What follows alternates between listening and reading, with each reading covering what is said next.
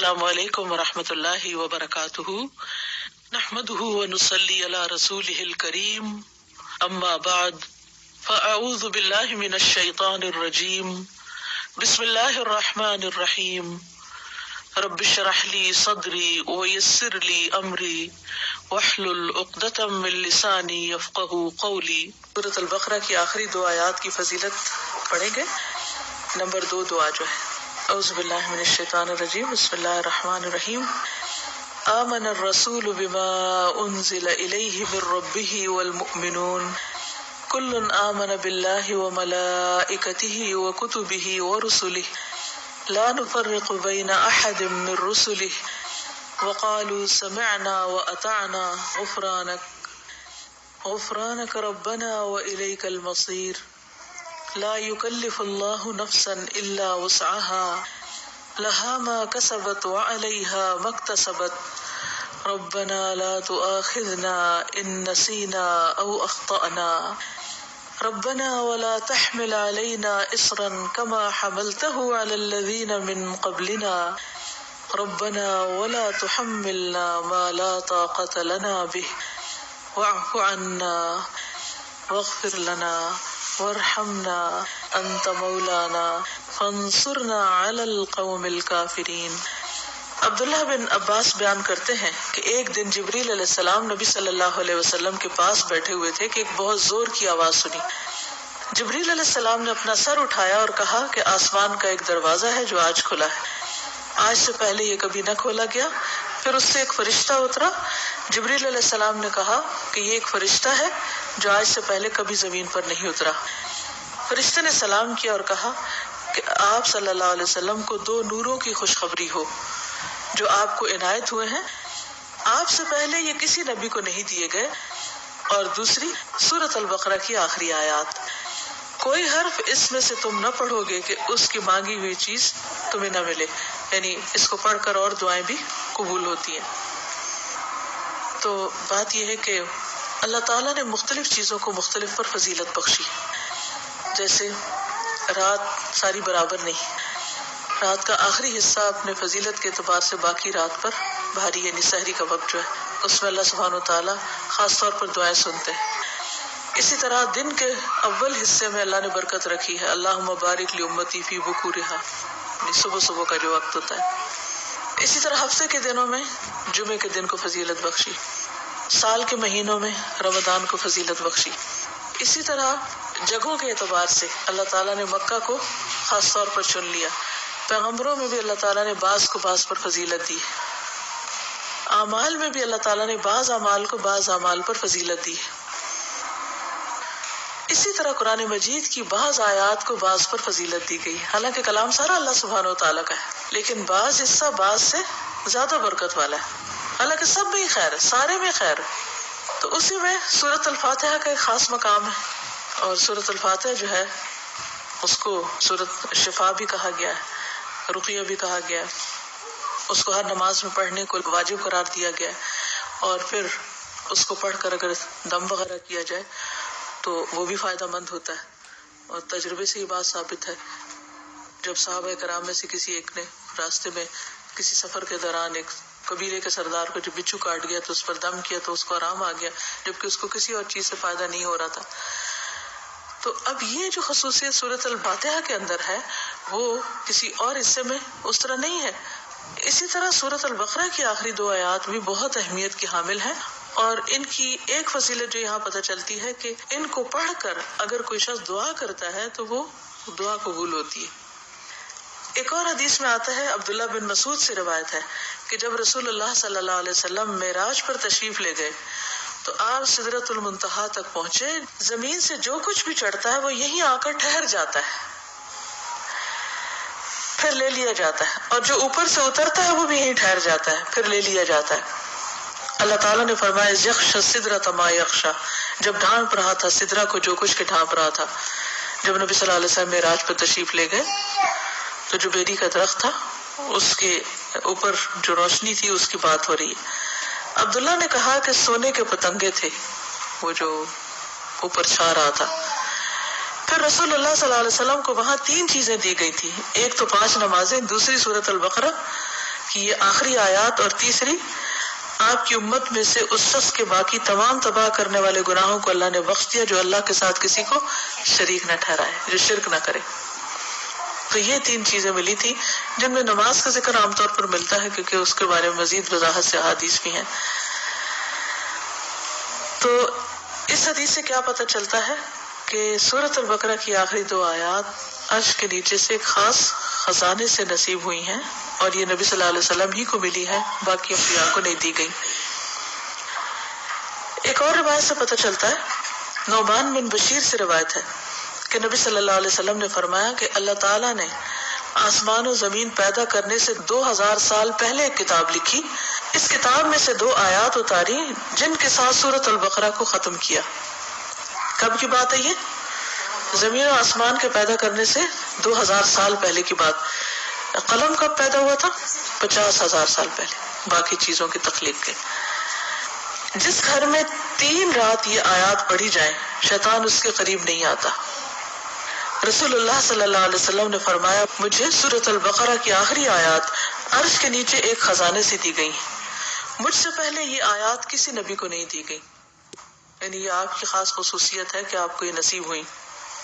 اور پھر ایک اور جگہ یہ بات بھی پتہ چلتی ہے ان آیات کے بارے میں کہ جو شخص رات کے وقت ان آیات کو پڑھ لیتا ہے تو وہ اسے ہر چیز سے کافی ہو جاتی ہے۔ تو آپ اس کو اپنی عادت بنا سکتے ہیں، رات کو سونے سے پہلے پڑھ لیں، یا کسی نماز میں پڑھ لیں، مغرب یا عشاء کی نماز میں پڑھ لیں، یا ویسے ہی بیٹھ کے پڑھ لیں، کیونکہ ان کی فضیلت بہت زیادہ ہے۔ تو ان آیات کا ترجمہ جو ہے وہ آپ دیکھ سکتے ہیں قرآن پاک ترجمے والے سے، لیکن یہ ہے کہ جو خاص بات ان آیات میں کی گئی ہے، پہلے تو اس میں ایمان پر بات ہے کہ رسول خود بھی ایمان لائے ہیں اور سارے مومن بھی۔ کن کن چیزوں پر؟ اللہ پر، ملائکہ پر، کتب پر، رسول پر۔ دوسری اہم بات، لا نفرق بین احد من رسلہ، کہ ہم رسولوں کے درمیان فرق نہیں کرتے۔ فضیلت جو اللہ نے ان کو دی وہ اللہ ہی نے دی، لیکن ہمارا کیا فرض بنتا ہے کہ سب پر ایمان لائیں۔ اور پھر صحابہ کرام نے کیا کہا، وقالوا سمعنا واطعنا، کہ ہم نے سنا اور ہم نے اطاعت کی، ہم ایمان لے آئے، اور جو کچھ ہمیں کہا جائے گا ہم اس کو مانتے ہیں۔ ہمیں اس کے بدلے کیا چاہیے؟ غفرانک، تیری بخشش چاہیے۔ یعنی بندہ اللہ کی بات مانتا ہے اور اللہ تعالیٰ اس کے ساتھ بخشش کا وعدہ کرتا ہے، ربنا والیک المصیر۔ اور یہ بخشش کیوں ضروری ہے کہ اللہ تعالیٰ ہم کو معاف کر دے؟ کیونکہ ہم نے اللہ کی طرف پلٹنا ہے، لوٹنا اسی کی طرف، رجوع اسی کی طرف۔ پھر فرمایا کہ لا یکلف اللہ نفسا الا وسعها، ہر بندے سے حساب اتنا ہی ہے جتنی وہ استطاعت رکھتا ہے، اسی کا مکلف ہے، اس سے زیادہ اس سے نہیں پوچھا جائے گا، چاہے جسمانی صحت ہو، چاہے مال ہو، چاہے اولاد یا عقل یا کچھ بھی، تو ہر شخص کا حساب اتنا ہی ہے۔ لہا ما کسبت وعلیہا ما اکتسبت، اسی کو ملے گا جو اس نے نیکیاں کی اور اسی کے ذمہ ہے وبال جو اس نے غلط کام کیے، فائدہ بھی اسی کا اچھے کام کرنے کا اور نقصان بھی اسی کا غلط کام کرنے کا۔ تو پھر ہم دعا کیا کرتے ہیں، ربنا لا تؤاخذنا ان نسینا او اخطانا، اللہ اگر ہم بھول جائیں یا ہم سے خطا ہو جائے تو ہمیں پکڑنا نہیں، مؤاخذہ نہیں کرنا۔ ربنا ولا تحمل علینا اصرا کما حملته علی الذین من قبلنا، اللہ ہم پر وہ بوجھ نہ ڈالنا جو ہم سے پہلے لوگوں پہ ڈالا، یعنی ان کی شریعتیں جو تھی وہ مشکل تھی، ہماری شریعت بہت آسان ہے۔ مثلا نبی صلی اللہ علیہ وسلم جب حج پہ تشریف لے گئے تو آپ نے کچھ ریچولز کی ایک ترتیب بتائی، لیکن چونکہ کراؤڈ بڑا تھا تو اس ترتیب میں کچھ لوگوں نے فرق کر دیا۔ کیا تھا کہ جیسے آپ پہلے رمی جمار کریں، پھر اس کے بعد سر مڈائیں، پھر اس کے بعد احرام کھول دیں، لیکن کچھ لوگوں نے اس ترتیب کو آگے پیچھے کر دیا، تو اس پر آپ نے فرمایا لا حرج، لا حرج، کوئی حرج نہیں، کوئی نقصان نہیں۔ تو یہ ہمارے دین کی ایک سہولت ہے، آسانی ہے۔ تو یہاں دعا یہ مانگی جا رہی ہے کہ اللہ جس طرح پچھلے لوگوں کے اوپر پابندیاں لگ گئی تھی یا ان کو کچھ مشکلات ہوئی تھی تو ہمیں اس سے محفوظ رکھنا۔ ربنا ولا تحملنا ما لا طاقت لنا بہ، اللہ ہمارے اوپر ایسا بوجھ نہ ڈالنا جس کی ہمیں طاقت نہیں۔ اب دیکھیے کہ اگر ہم امن سے ہیں، سلامت ہیں، ہم سانس لے رہے ہیں، کھا پی رہے ہیں، جس کا مطلب اللہ کی رحمت ہے ہم پر۔ کوئی بھی چیز آپ دیکھیں کہ کسی وقت بھی آؤٹ آف کنٹرول ہو سکتی، سورج کسی وقت آؤٹ آف کنٹرول سے ستارے آپس میں ٹکرا سکتے ہیں، زمین کے اندر سے لاوا ابل سکتا ہے، زلزلہ آ سکتا ہے، انسان کسی کام کرنے کی سکت نہ رکھے بیٹھے بٹھائے اس کو کچھ ہو سکتا ہے، اس کے بولنے کی قوت، اس کے دیکھنے کی، اس کے سننے کی، کچھ بھی چھن سکتی ہے. تو اللہ تعالیٰ سے ہم دعا کرتے کہ یا اللہ ہم پر وہ بوجھ نہ ڈال جس کے اٹھانے کی ہم میں سخت نہیں، یعنی ایسی کسی آزمائش میں نہ ڈالنا کہ جس سے ایمان جانے کا خطرہ ہو.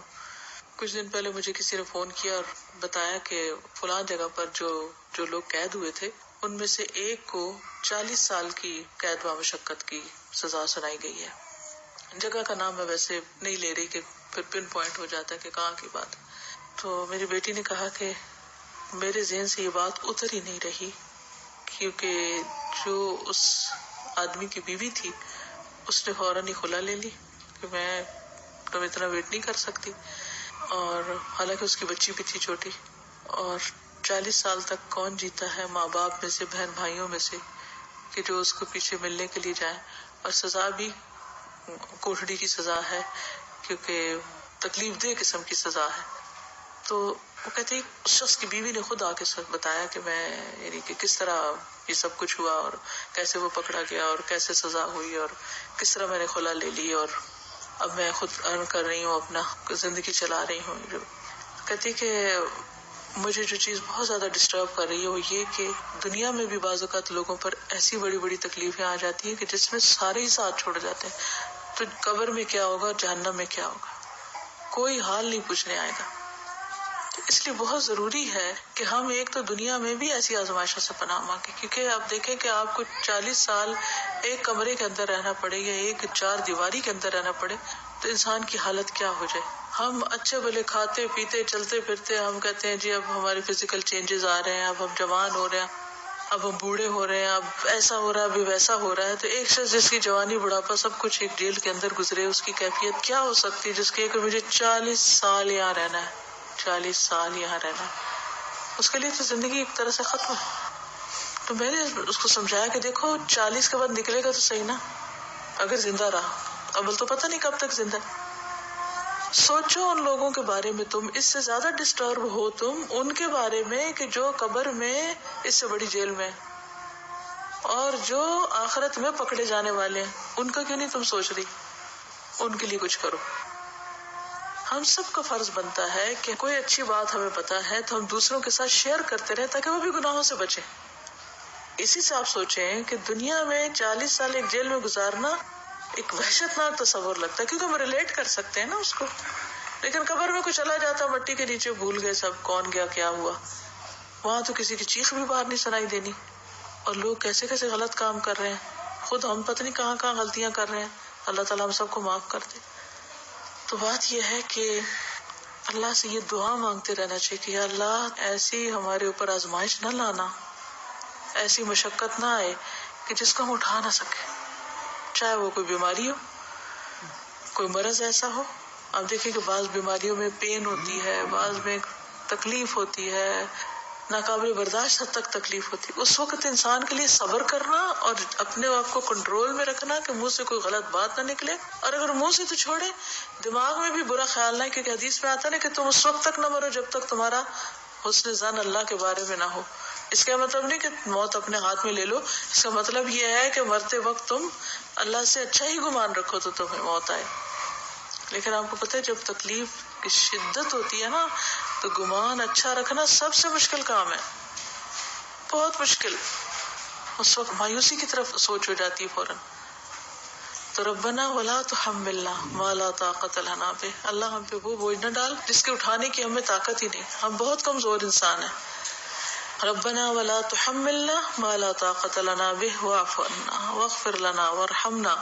یہ جو 3 لفظ ہیں جب انسان پڑھتا ہے تو سوچتا ہے یہ ایسا کیوں ہے، معاف کر دے، بخش دے، رحم کر، کیونکہ یہ بہت شدید ضرورت ہے ہماری کہ اللہ ہم کو معاف کر دے. ہم بہت غلطیاں کرتے ہیں، یعنی اس میں تاکید اور تکرار ہے. واعف عنا واغفر لنا وارحمنا. اگر شعوری طور پہ ہم ہر روز پڑھیں کم از کم ایک دفعہ تو کتنا فائدہ ہو سکتا ہے. انت مولانا فانصرنا علی القوم الکافرین، تو ہمارا مولا ہے تو دنیا میں بھی تو ہمیں کافر لوگوں پر مدد دے. تو اللہ تعالی ہمیں اس دعا کو پڑھنے اور سمجھنے اور عمل کرنے کی توفیق دے. حدیث نمبر 32 سورۃ البقرہ کی آخری 2 آیات کی فضیلت. عن ابی مسعود البدری رضی اللہ عنہ قال قال رسول اللہ صلی اللہ علیہ وسلم الآیتان من آخر سورة البقرة من قرأهما في ليلة كفتاه. کتاب المغازی. ابو مسعود بدری رضی اللہ عنہ روایت کرتے ہیں رسول اللہ صلی اللہ علیہ وسلم نے فرمایا جو کوئی سورۃ البقرہ کی آخری 2 آیات رات کے وقت پڑھے، پیچھے حدیث ہے نا کہ دن اور رات پڑھے، تو رات میں آپ سونے جاگنے کے اذکار پڑھتے ہیں تو اس میں آیت الکرسی بھی ہے، اس میں چاروں کل بھی ہیں، اس میں آخری آیات بھی ہیں، اس میں سورۃ الملک بھی ہے، سورۃ السجدہ بھی ہے. تو جو کوئی سورۃ البقرہ کی آخری 2 آیات رات کو پڑھے وہ اس کو کافی ہو جاتی ہے، وہ اس کو کافی ہو جاتی. کس چیز سے؟ تھوڑی سی اس کی وضاحت ہے. ایک معنی یہ کیا گیا ہے کہ دوسری چیزوں سے کفایت کرتی ہے یا پھر شر سے کفایت کرتی ہے، یعنی ان 2 آیتوں میں بچاؤ اور تحفظ ہے. یہ آیتیں بہت اہم آیات ہیں، ان کا مقام بہت عظیم ہے. کسی نے یہ معنی بھی بیان کیا کہ اس کو رات کے قیام سے کفایت کرتی ہے، یعنی اتنا بڑا اجر و ثواب ہے، گویا وہ رات کو قیام کرنے والا ہے. لیکن انسان کو ایسی احادیث پڑھ کر یا ایسے معنی جان کر سستی کا شکار نہیں ہونا چاہیے کہ پھر چلو یہ 2 آیتیں پڑھ لو اور رات کو نہ اٹھو، کیونکہ رات کو اٹھنا اپنی جگہ بڑا اہم ہے. پھر اسی طرح ان آیتوں کے شان نزول کے بارے میں آپ نے تفسیر میں پڑھا ہی ہوگا کہ عرش کے نیچے سے دی گئی ہے یہ آیات. نبی صلی اللہ علیہ وسلم نے فرمایا سورۃ البقرہ کی آخری 2 آیات پڑھا کرو، یہ مجھے عرش کے نیچے سے دی گئی، یعنی بہت ہی بلند مقام سے آئی ہیں. ان کو پڑھنے والے کی دعا قبول ہوتی ہے اور شیطان سے حفاظت کرنے والی آیات ہیں. رسول اللہ صلی اللہ علیہ وسلم نے فرمایا بے شک اللہ نے آسمان و زمین کی تخلیق سے 2000 سال قبل ایک کتاب لکھ دی تھی اور اس میں سے 2 آیتیں نازل کر کے ان سے. وآخر دعوانا ان الحمد للہ رب العالمین. سبحانک اللہم وبحمدک اشہد ان لا الہ الا انت استغفرک واتوب الیک. السلام علیکم ورحمۃ اللہ وبرکاتہ.